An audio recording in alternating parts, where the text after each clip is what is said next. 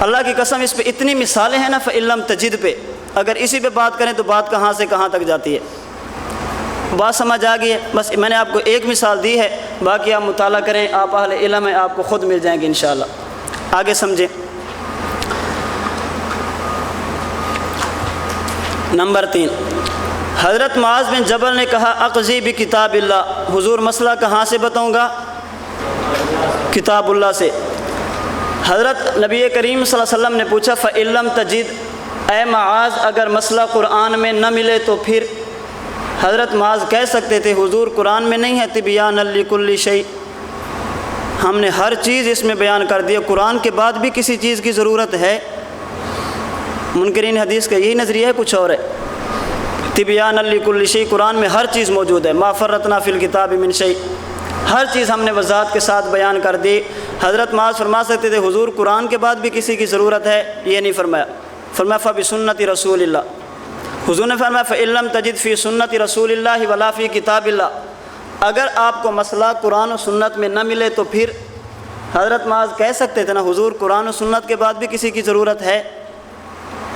کیا فرمایا اجتہد برائے۔ معلوم ہوا اس حدیث میں جہاں منکرین حدیث کا رد ہے، اسی حدیث میں منکرین فقہ کا بھی رد ہے۔ حضرت معاذ نے بتا دیا قرآن کے پاس حدیث اور حدیث کے بعد فقہ۔ نمبر 4 دیکھیں، حضور علیہ الصلوۃ والسلام نے جب یہ سنا کہ حضرت معاذ فرماتے ہیں میں اجتہاد کروں گا، اللہ کے نبی نے ایک قول فرمایا اور ایک فعل فرمایا۔ حضور علیہ الصلوۃ والسلام کا فعل بھی بڑا پیارا ہے اور قول بھی بڑا پیارا ہے، یہ فعل اور قول آپ نے سمجھنا ہے۔ حضور علیہ الصلوۃ والسلام نے فعل یہ کیا فضرب رسول اللہ صلی اللہ علیہ وسلم صدرہ، اللہ کے نبی نے اپنا ہاتھ کہاں پہ مارا؟ حضرت معاذ کے سینے پہ۔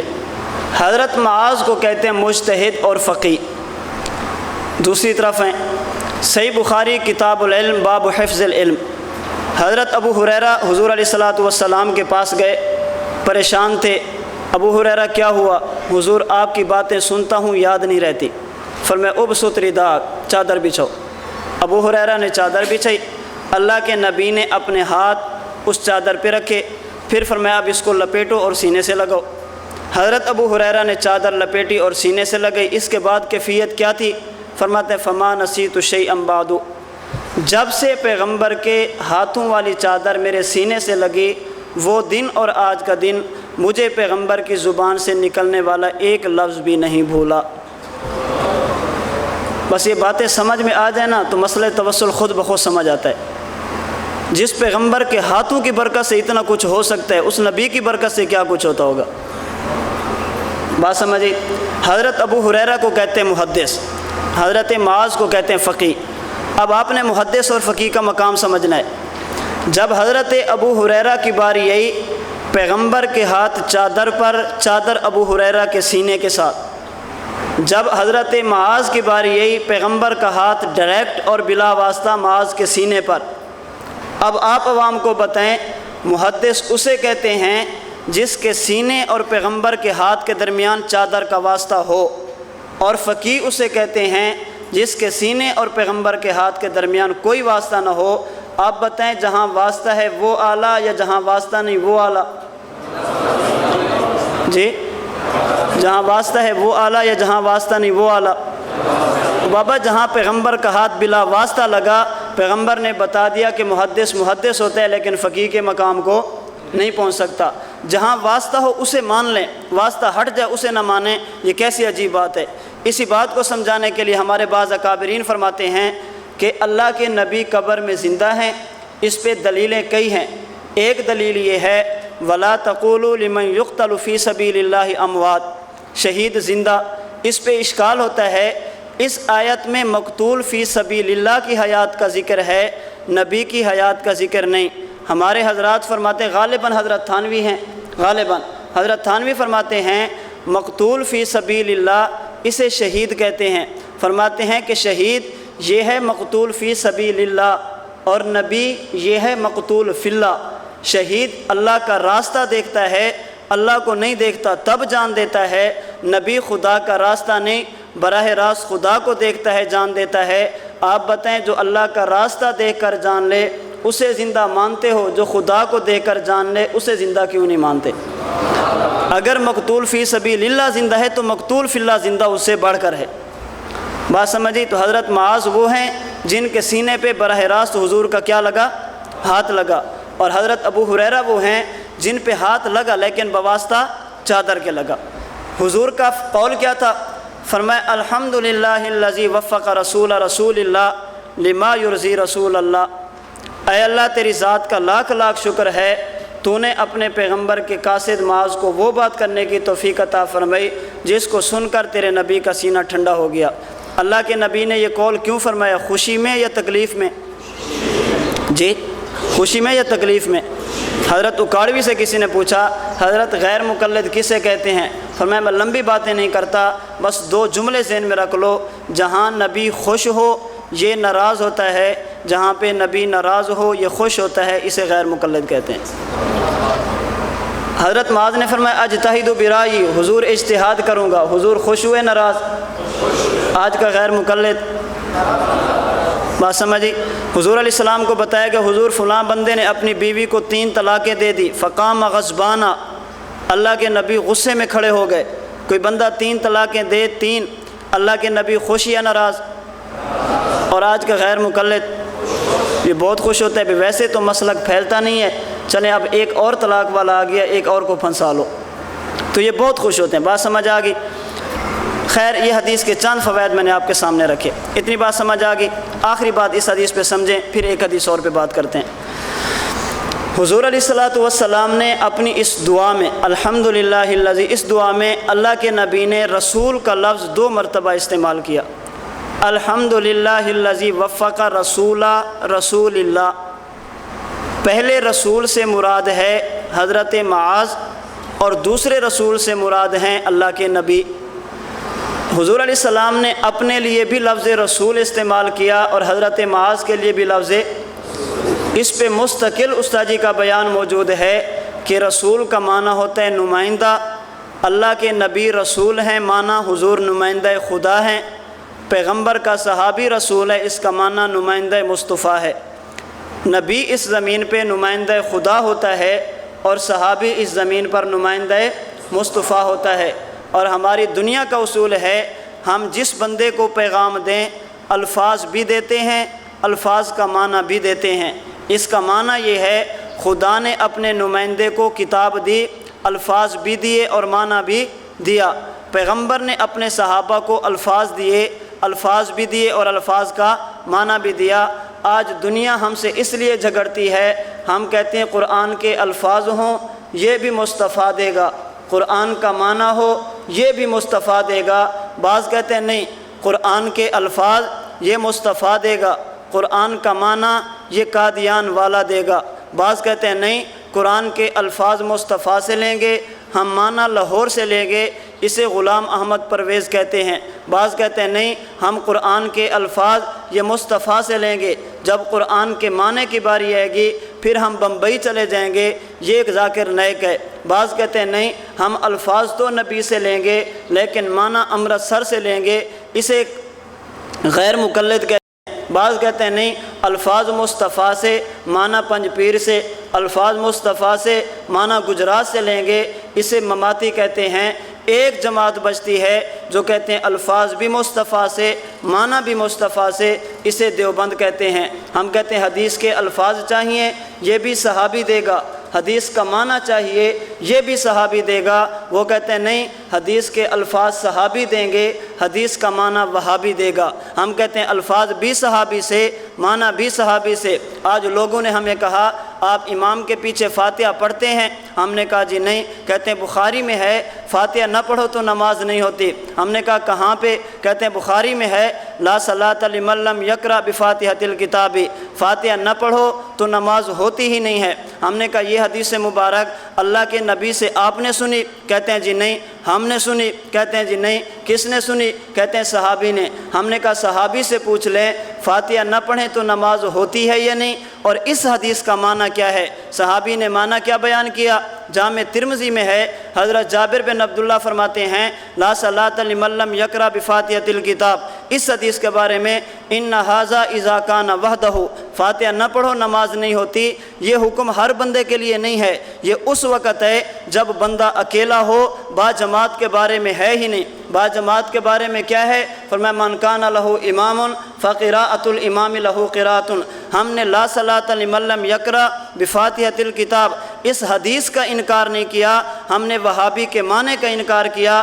حدیث کا انکار اور ہوتا ہے، مخالف کے معنی کا انکار اور ہوتا ہے۔ ہم حدیث کے الفاظ بھی صحابی سے لیں گے، حدیث کا معنی بھی صحابی سے لیں گے۔ آپ آمین اونچی نہیں کہتے، ہم کہتے ہیں بالکل نہیں کہتے۔ جامع ترمذی میں ہے، حضرت وائل بن حجر فرماتے ہیں سمیعت رسول اللہ صلی اللہ علیہ وسلم ان قرأ غیر المغضوب علیہم ولا الضالین فقال آمین ومد بہا صوتہ، حضور نے آمین اونچی کہی، آپ کیوں نہیں کہتے؟ ہم نے کہا یہ بتائیں یہ آمین آپ نے سنی؟ کہتے ہیں جی نہیں ہم نے سنی۔ کہتے ہیں نہیں کس نے سنی؟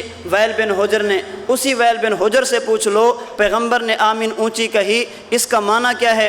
الکنا والاسماء میں امام دولابی فرماتے ہیں حضرت وائل بن حجر نے فرمایا میں نے پیغمبر سے اونچی آمین سنی، حضور نے کیوں کہی؟ ما اراہ الا یعلمنا، ہمیں تعلیم دینے کے لیے اونچی فرمائی۔ پیغمبر کا معمول یہ نہیں تھا، جو چیز تعلیم کے لیے ہو اس پہ دوام نہیں ہوتا، وہ وقتی طور پہ ہوتی ہے۔ حضور کا دوام کیا تھا؟ فرماتے ہیں اللہ کے نبی نے سورۃ فاتحہ ختم کی، غیر المغضوب علیہم ولا الضالین فرمایا، فقال آمین وخفض بہا صوتہ، اللہ کے نبی نے آمین آہستہ کہی۔ ہم نے آمین والی حدیث کا انکار نہیں کیا، ہم نے تیرے معنی کا انکار کیا۔ ہم حدیث کے الفاظ بھی صحابی سے لیں گے، حدیث کا معنی بھی صحابی سے لیں گے۔ اس کی وجہ حدیث کے الفاظ بھی ان سے کیوں لیں، معنی بھی ان سے کیوں لیں؟ اس کی وجہ یہ ہے صحابی اس زمین پر نمائندہ مصطفیٰ ہوتا ہے، وہ الفاظ بھی دیتا ہے، الفاظ کا معنی بھی دیتا ہے۔ ہم الفاظ بھی صحابی سے لیتے ہیں، معنی بھی صحابی سے لیتے ہیں۔ وہ الفاظ صحابی سے لیتا ہے، معنی وہابی سے لیتا ہے۔ پھر آپ آخر میں عوام کو خطابت کے انداز میں کہیں، آپ کہیں دیکھو معنی صحابی سے لے کر الفاظ صحابی سے لے کر معنی صحابی سے لیں، یہ مسئلہ کے دیوبند بنتا ہے، اور معنی صحابی سے لے کر معنی وہابی سے لیں، یہ مسئلہ کے غیر مقلدین بنتا ہے۔ یہ کیا بنتا ہے؟ جب آپ یہ باتیں یوں کہیں گے نا، پھر آپ کو یہ کہنے کی ضرورت نہیں ہوگی بھی جب بات سمجھ آئے گی تو کیا کہیں گے، اونچا کہیں اور اونچا کہیں اور اونچا کہیں، پھر آپ کو یہ کہنے کی ضرورت نہیں ہوگی، پھر آپ کو یہ کہنے کی ضرورت نہیں پڑے گی میں نے 20 منٹ بعد سانس لیا تم نے نعرہ بھی نہیں لگایا، کیسے بے قدرے لوگ ہو، میں نے اتنی مضبوط بات کی تم نے سبحان اللہ بھی نہیں کہا، پھر آپ کو یہ باتیں کہنے کی ضرورت نہیں پڑی۔ اگر آپ کی زبان میں طاقت ہے نا، پھر آپ بات ختم کریں گے، عوام تو عوام، علماء بھی آپ کی بات پہ سبحان اللہ ضرور کہیں گے۔ شرط یہ زبان میں طاقت ہو، دلیل میں طاقت ہو، اگر نہیں ہے پھر 20 منٹ بندہ یہیں پہ لگاتا ہے۔ خطبہ شروع کیا، خطبہ پڑھ لیا، ہاں بھی بلند آواز سے درود پاک پڑھیں، جتنی حضور سے محبت ہے اتنی بلند آواز سے پڑھیں۔ ہم کسی کی ایسے تنقید نہیں کرتے، میں آپ کو اس وقت جو ہمارے ملک میں چلتا ہے اس کا رونا بتا رہا ہوں کہ ہم نے خطابت کو کیسے استعمال کیا۔ آپ مجھے بتائیں جتنی حضور سے محبت ہے اتنی اونچی کوئی درود پڑھ سکتا ہے؟ جی تو پھر کیوں کہتے ہیں کہ جتنی محبت ہے اتنی بلند آواز سے پڑھو؟ جنہوں نے درود پڑھا ہے تھوڑا تھوڑا آگے آ جائیں۔ بات سمجھی؟ جب بات سمجھ آئے گی تو کیا کہیں گے، بات سمجھ آئے گی تو کیا کہیں گے اور بلند آواز سے۔ یہ ہمارے خطابت ہوتی ہے، اسی پہ ہمارے جھگڑے ہوتے ہیں۔ میں نے خود اپنی آنکھوں سے خطیب دیکھے ہیں جو جلسے میں آئے اور یہ کہہ کر واپس چلے گئے ہمارا نام اشتہار میں چھوٹا کیوں ہے، فلاں کا بڑا کیوں ہے، ہم بیان ہی نہیں کرتے۔ یہ خود میں نے اپنی آنکھوں سے دیکھے ہیں، ہمارا نام چھوٹا کیوں ہے، میں نے 2 گھنٹے کی تیاری کی ہے، تمہیں شرم نہیں آتی مجھے 5 منٹ دیتے ہو؟ یہ ہماری لڑائیاں ہوتی ہیں۔ بابا اگر زبان میں طاقت ہے تو 2 گھنٹے کی بات کو 2 منٹ میں سمیٹنا بھی سیکھو، نہیں ہے تو پھر چھوڑ دو کام۔ لاہور میں تحفظ ناموس رسالت کا پروگرام تھا، اسٹیٹ سیکرٹری صاحب نے اعلان کیا بھئی حضرات خطبہ وقت کا خیال فرمائیں، وقت کم ہے، 5 منٹ سے زیادہ نہ لگیں، وقت کا خاص خیال فرمائیں۔ ایک خطیب صاحب بیٹھے تھے، وہ بیٹھے، خطیب صاحب فرمانے لگے کہ مولانا میں تو 5 منٹ میں گرم ہوتا ہوں، مجھے تو 5 منٹ گرم ہونے میں لگتے ہیں، آپ نے 5 منٹ وقت دیا ہے۔ اسٹیٹ سیکرٹری صاحب تھوڑے سے مزاحیہ تھے، فرمانے لگے کہ پریشانی والی بات نہیں، آپ کے لیے کوئی حل نکال لیں گے۔ کیا نکالیں گے؟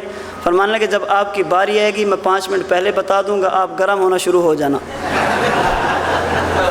آپ گرم ہو جانا، جب گرم ہو جائے تو مجھے بتانا، میں پھر آپ کو دعوت دے دوں گا۔ ضرور سٹیج پہ ہی گرم ہونا ہے، بات سمجھیے۔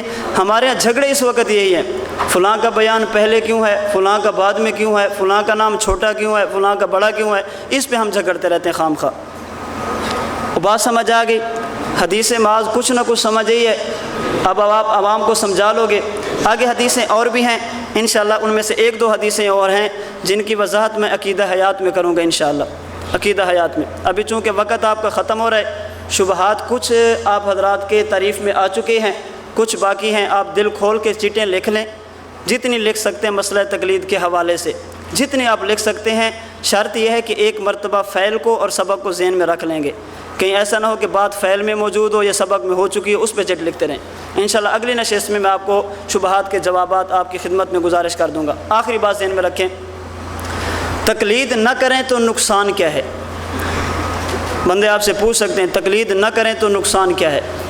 ایک نقصان ہے تقلید مطلق چھوڑنے کا، اور ایک نقصان ہے تقلید شخصی چھوڑنے کا۔ تقلید مطلق کا مطلب ہوتا ہے ایک مسئلہ ایک امام سے، دوسرا دوسرے سے، تیسرا تیسرے سے۔ ایک بندہ کہتا ہے میں کسی سے بھی نہیں پوچھتا، کسی سے بھی نہیں پوچھتا، میں کسی کی نہیں مانتا، اس کا نقصان الگ ہے۔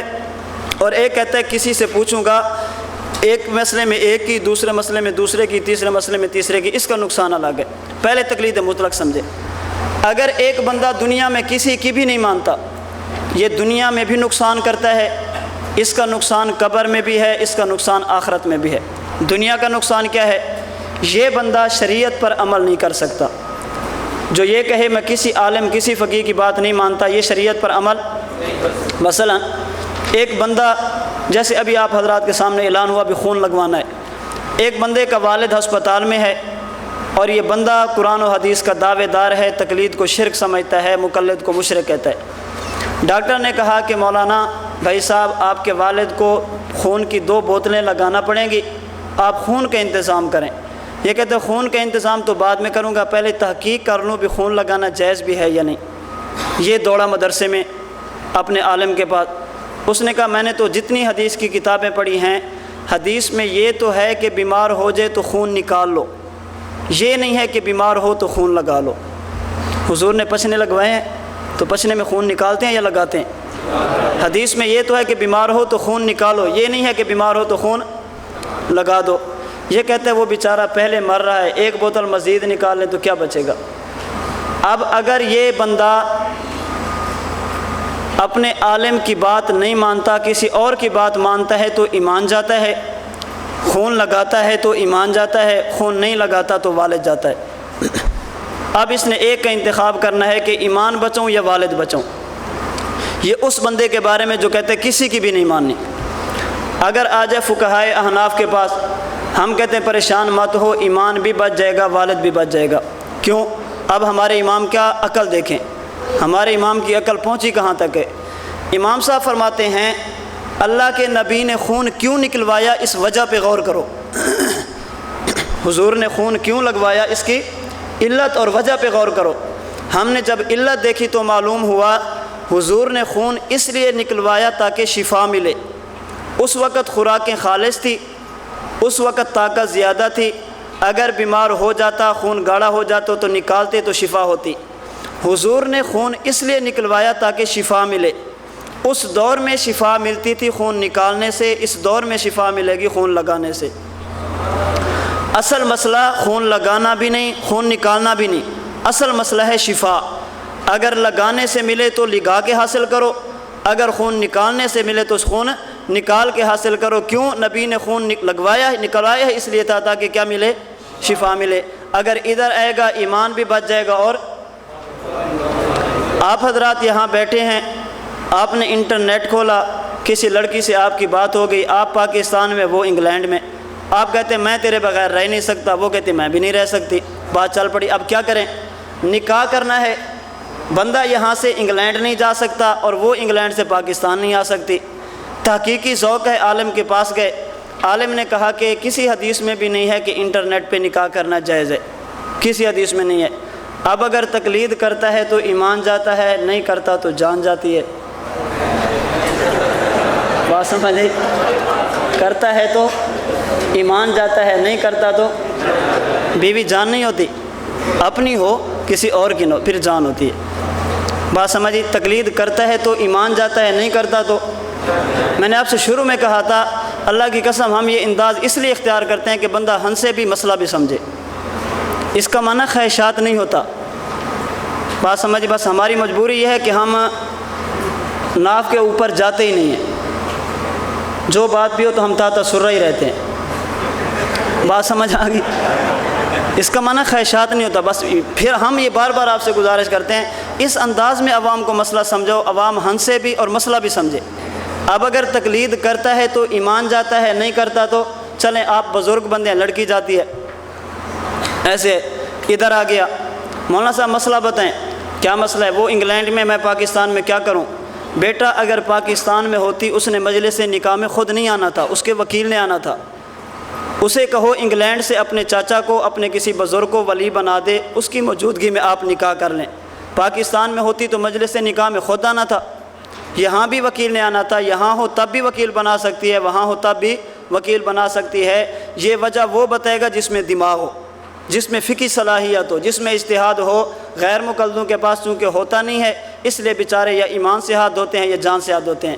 اب بتائیں اگر اس حالت میں نکاح کر لے، ایمان بھی بچ گیا اور دونوں بچ گئے یا نہیں بچے؟ بچ گئے۔ یہ دنیا کا نقصان ہے۔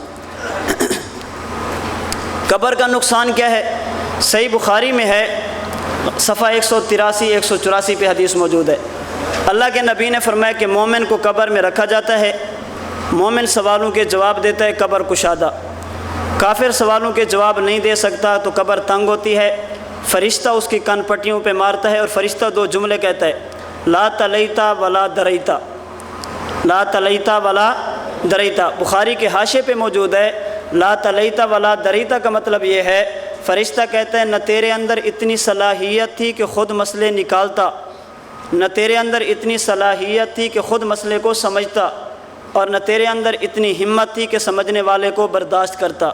پاس بھی نہیں کر سکتا تھا، برداشت بھی نہیں کر سکتا تھا، مجتہد بھی نہیں تھا، مقلد بھی نہیں تھا، نہ خود جانتا تھا نہ جاننے والے کی مانتا تھا۔ آج تجھے جوتے کھانے پڑیں گے، لا تلیتا ولا دریتا۔ بخاری کا حاشیہ آپ اٹھا کے دیکھیں، نہ مجتہد تھا نہ مقلد تھا۔ تیسری قوم کون بچتی ہے؟ بات سمجھی؟ آخرت کا نقصان قرآن کریم میں ہے، وقالوا لو كنا نسمع او نعقل ما كنا في اصحاب السعير۔ قیامت کے دن جہنمی جہنم میں ڈالے جائیں گے، وہ جہنم میں افسوس کے ساتھ کہیں گے، لو كنا نسمع او نعقل ما كنا في اصحاب السعير۔ شاہ عبدالعزیز محدث دہلوی تفسیر عزیزی میں فرماتے ہیں، لو كنا نسمع کا معنی اے نقلد، اور ناقل کا معنی اے نجتہد۔ نسمع کا معنی یہ ہے کاش ہم کسی جاننے والے کی مان لیتے، اور ناقل کا معنی یہ ہے کاش ہم خود جان جاتے۔ نہ خود جانتے تھے نہ جاننے والے کی مانتے تھے۔ اگر خود مجتہد ہوتے یا مجتہد پر اعتماد کرنے والے ہوتے، ما کننا فی اصحاب السعیر، آج ہمیں جہنم میں نہ جانا پڑتا۔ تو یہ آخرت کا نقصان ہے۔ یہ ہے تقلید مطلق۔ تقلید شخصی آپ سے کہے گا یہ بھی تو ہو سکتا ہے نا، ایک مسئلے میں ایک امام کی، دوسرے مسئلے میں دوسرے کی، تیسرے مسئلے میں تیسرے کی تحقیق کریں، جس کا مذہب راجح معلوم ہو آپ اس کی بات مان لیں۔ ہم کہتے ہیں نہیں، اگر یہ اجازت دے دیں تو دین نہیں رہے گا، دین کھلونا بن جائے گا۔ آزادی کا دور ہے، انسانی طبیعت پر خواہشات کا غلبہ ہے، اس کو چھوڑ دیں، تار کو چھوڑ دیں۔ انسانی طبیعت پر خواہشات کا غلبہ ہے، آزادی کا دور ہے، بندہ دیکھتا ہے کہ آزادی کہاں ملتی ہے، آوارگی ہے۔ اور یہ آج کی بات نہیں، المجموع شرح المہذب میں امام نووی نے آج سے 800 سال پہلے لکھا تھا کہ اس دور میں اگر تقلید مطلق کی اجازت دیں تو نقصان یہ ہے۔ 800 سال پہلے حضرت تھانوی فرماتے ہیں اس کا نقصان ہے۔ عام فہم مثال سمجھیں نقصان کیا ہے۔ حضرت فرماتے ہیں اگر ہم اجازت دے دیں تو بسا اوقات بندہ عمل کرے گا لیکن کسی امام کے نزدیک اس کا عمل قبول نہیں ہوگا۔ مثلا سخت سردی کا موسم تھا، بابا جی کی عمر تھی 30 سال 40 سال 50 سال 50 سال کے بعد بابا جی کی عمر تھی۔ بابا جی اٹھے، صبح ٹھنڈے پانی سے وضو کیا، کانپتے ہوئے ہانپتے ہوئے اپنے جسم کو ٹھنڈے کو گرم کیا، وضو کر کے نماز کی طرف جانے لگے۔ 15-20 منٹ ان کو لگے سردی ختم کرنے میں۔ جب جانے لگے تو آگے بیوی کھڑی تھی، بیوی کو ہاتھ لگا لیا۔ اب دیکھتا ہے کہ بیوی کو ہاتھ لگانے سے وضو ٹوٹتا ہے یا نہیں۔ امام شافعی فرماتے ہیں ٹوٹ جائے گا، امام صاحب فرماتے ہیں نہیں ٹوٹے گا۔ اب یہ سر جھکاتا ہے کہ اس مسئلے میں امام شافعی کی بات مانوں تو وضو دوبارہ کرنا پڑے گا، اس لیے میں کہتا ہوں اس مسئلے میں راجح قول امام اعظم ابو حنیفہ کا ہے۔ بات سمجھیے، اب راجح قول کہے کہ چل پڑا، راستے میں جا رہا ہے، بابا جی نے ایسے خارش کی، ناخن مارے تو نیچے سے خون نکلا اور بہہ پڑا۔ امام اعظم ابو حنیفہ فرماتے ہیں کہ وضو ٹوٹ گیا، امام شافعی فرماتے ہیں کہ وضو نہیں ٹوٹا۔ اب کہتا ہے کہ اگر امام صاحب کی بات اس مسئلے میں مانتا ہوں وضو دوبارہ کرنا پڑے گا، اس لیے اس مسئلے میں راجح قول امام شافعی کا ہے۔ مسجد میں گیا، نماز پڑھی، آپ امام شافعی سے پوچھیں نماز ہوئی، وہ کہتے ہیں نہیں، کیوں؟ اس لیے کہ عورت کو ہاتھ لگایا۔ امام صاحب سے پوچھیں نماز ہوئی، وہ کہتے ہیں نہیں، اس لیے کہ اس نے خون نکلا اور وضو نہیں کیا۔ اب اس حالت میں نماز پڑھے، امام شافعی بھی فرماتے ہیں نہیں ہوئی، امام صاحب بھی فرماتے ہیں نہیں ہوئی، اس لیے ہم کہتے ہیں اس دور میں تقلید کرنی ہے تو شخصی کرو، تقلید مطلق کی اجازت۔ وہ بات سمجھ آ گئی؟ تو تقلید مطلق کا بھی نقصان ہے اور تقلید شخصی کا بھی نقصان ہے، بہت سارے نقصان ہیں۔ بس اوقات بندہ تقلید چھوڑنے کی وجہ سے اسلام سے ہاتھ دھو بیٹھتا ہے، بندہ کہیں سے کہیں چلا جاتا ہے۔ سوانح داؤد غزنوی غیر مقلدوں کی کتاب ہے، ان کا عالم تھا، انہوں نے چھاپی ہے، اس میں واقعہ موجود ہے۔ ایک مرتبہ غزنوی صاحب بیٹھے تھے، ایک مولوی گیا، غالباً مولوی عبدالعلی اس کا نام تھا، اس نے جا کر دروازے پہ کہا ابو حنیفہ کو کیا آتا تھا، مجھے اس سے زیادہ حدیثیں یاد ہیں۔ مولوی صاحب نے کہا اس بندے کو مسجد سے نکال دو، ان قریب یہ مرتد ہو جائے گا۔ چلا گیا، 15 دن گزرے، وہ بندہ مرزائی ہو گیا۔ انہوں نے پوچھا کہ حضرت یہ غیر مقلد کا واقعہ ہے، بتانے والا غیر مقلد ہے۔ انہوں نے اپنے عالم غیر مقلد سے پوچھا حضرت آپ کو کیسے پتہ چلا کہ مرتد ہو جائے گا؟ فرمایا جب اس نے ابو حنیفہ کی گستاخی کی، فوراً میرے حدیث میں ذہن میں حدیث قدسی ہے، من عادی لی ولیا فقد آذنتہ بالحرب، جو اللہ کے ولی سے کو تکلیف دیتا ہے اللہ اس سے اعلان جنگ کرتے ہیں، اور جنگ کا اصول ہے جب جنگ ہوتی ہے تو ہمیشہ مخالف کی قیمتی چیز پہ حملہ کیا جاتا ہے، چھوٹی موٹی چیزیں برباد نہیں کی جاتی۔ اللہ کے نزدیک ایمان سے بڑھ کر قیمتی چیز ہے ہی نہیں، اور میرے نزدیک ابو حنیفہ خدا کا ولی ہے۔ اس نے ابو حنیفہ کی گستاخی کی، مجھے اسی وقت سمجھ آ گیا اب اس نے خدا کے ساتھ اعلان جنگ کیا، اللہ اس کو ایمان پہ نہیں رہنے دیں گے۔ جب بندہ امام کی اتنی گستاخی کرے تو بسا اوقات ایمان سے بھی ہاتھ دھونا پڑتا ہے۔ وہ بات سمجھ آ گئی؟ تو تقلید کے بارے میں کتنی باتیں تھیں؟ 4 باتیں۔ نمبر 1 تقلید کا معنی، نمبر 2 تقلید کے دلائل، اور تقلید کے معنی کے ضمن میں تیسری چیز آگے شبہات کے جوابات۔ اور میں اس لیے چھوڑ رہا ہوں، آپ ابھی چٹیں لکھیں، دفتر میں جمع کریں، جو شبہات ہوں گے انشاءاللہ ایک مستقل نشست لگا کر آپ کے شبہات کو صاف کرنے کی کوشش کریں گے انشاءاللہ۔ اور نمبر 4 ترک تقلید کے نقصانات۔ میں نے شروع میں آپ سے کہا تھا کہ 3 دن کے بعد میں آپ کو بتاؤں گا کہ مسئلہ تقلید کا خلاصہ کیا ہے اور 3 منٹ میں آپ نے کیسے بیان کرنا ہے۔ بس آپ 3 منٹ صبر کر لیں گے، 10 منٹ میں نے بیٹھ کر آپ کا انتظار کیا، 3 منٹ تو آپ بھی کر لیں گے، کر لیں گے؟ چلیں، مسئلہ تقلید کا خلاصہ ذہن میں رکھیں۔ اگر کوئی بندہ آپ سے پوچھے تقلید کیا ہے، انہیں سمجھائیں ہمارا نظریہ ہے کہ حضور آخری نبی ہیں، حضور کے بعد دنیا میں نبی پیدا نہیں ہوگا۔ حضرت آدم سے لے کر حضرت عیسیٰ تک کو نبی کہتے ہیں، حضور کو صرف نبی نہیں، نبی کے ساتھ ساتھ آخری بھی کہتے ہیں۔ نبی کے ذمے دنیا میں ایک کام ہوتا ہے، آخری نبی کے ذمے 2 کام۔ نبی کے ذمے کام ہے کہ مسئلہ پیش آ جائے تو مسئلے کا حل دے، آخری نبی کے ذمے کام ہے اپنے دور میں مسئلہ پیش آ جائے تو حل دے، قیامت کی صبح تک جو مسائل پیش آنے ہوں ان مسائل کے حل کے لیے اصول دے۔ امام قرطبی رحمۃ اللہ علیہ الجامع لاحکام القرآن میں فرماتے ہیں لم یکن عندہم اجتہاد قط انما خص بذلک امت محمد صلی اللہ علیہ وسلم۔ حضرت آدم سے لے کر حضرت عیسیٰ تک کسی نبی کی امت کے پاس اجتہاد نہیں تھا، اجتہاد والی نعمت خدا نے امت محمدیہ کو عطا فرمائی ہے۔ حضور نے دنیا میں ہمیشہ رہنا نہیں، امت نے ہمیشہ رہنا ہے۔ ذہن میں سوال آتا ہے کہ حضور دنیا سے چلے جائیں گے تو مسائل کون حل کرے گا؟ مسائل کو حل کرنے والے 4 قسم کے افراد ہیں۔ اب حدیثیں ترتیب سے ذہن میں رکھیں، حضور دنیا سے چلے جائیں گے، امت ہمیشہ رہے گی، مسائل کو حل کون کرے گا؟ فرمایا علم تجدینی فاتی ابا بکرن، میں دنیا سے چلا جاؤں تو مسئلہ صدیق بتائے گا۔ انی لا ادری قدر ما بقائی فیکم فاقتدوا بالذین من بعدی و اشار الی ابی بکر و عمر، صدیق دنیا سے چلا جائے تو مسئلہ عمر بتائے گا، حضور عمر بھی چلے جائیں گے، امت ہمیشہ رہے گی، مسئلے کون بتائے گا؟ فرمایا فإنہ من یعش منکم بعدی فسیری اختلافا کثیرا،